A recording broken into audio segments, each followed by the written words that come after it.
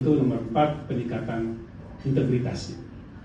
Karena penguatan dari perluasan pendalaman sektor keuangan jangan kemudian at the cost of integritasnya, malah dipergunakan untuk segala macam hal yang tidak diinginkan.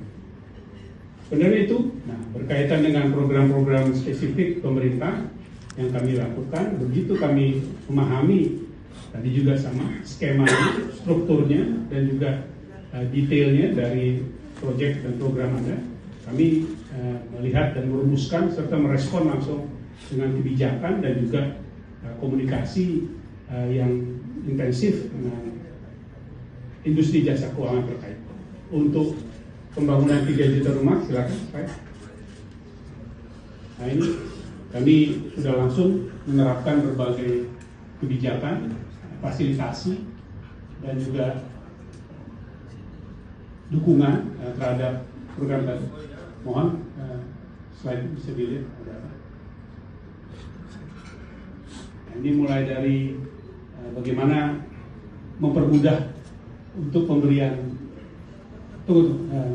tetap slide tadi, pemberian kredit hanya menggunakan pertimbangan dan pengukuran 1 pilar, tidak 3 pilar.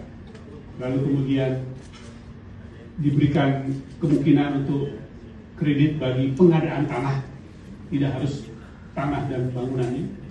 Sebelumnya tidak boleh, sekarang bisa dilakukan untuk pengadaan tanah saja. Lalu juga KPR dikenakan bobot risiko yang sangat rendah dalam penghitungan ATNR.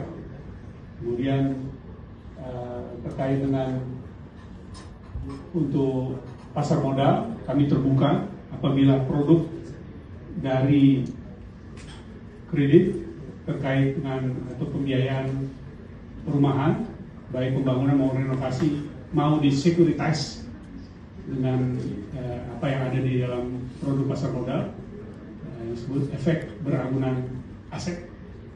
Karena bagaimanapun juga kalau hanya mengandalkan kredit dan aset perbankan tidak akan memadai untuk target yang sebegitu besar.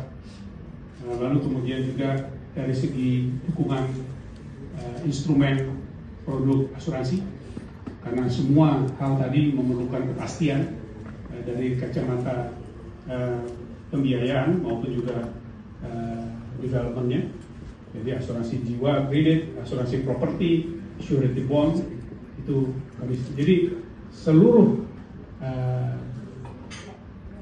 instrumen yang mendukung dibangunnya ekosistem yang baik bagi suatu respon yang tepat dari sektor jasa keuangan kepada setiap kegiatan program maupun proyek yang dijadikan prioritas oleh pemerintah, sehingga betul-betul lengkap, tidak satu-satu.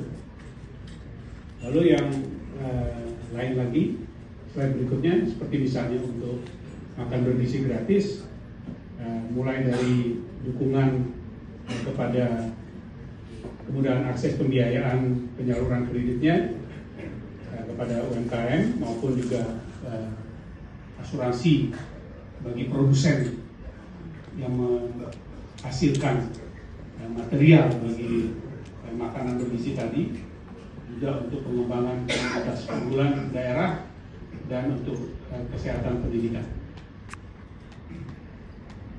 Itu yang menjadi bagian dari upaya terkait program-program tadi, dan kami mendukung penuh apa yang menjadi prioritas atau proyek strategis nasional yang baru dicanangkan, ada 77 itu.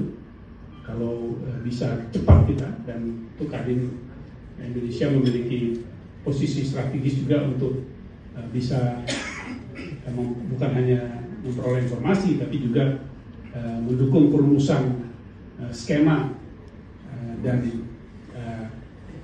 dukungan yang tepat dalam menghasilkan PSN ini yang memang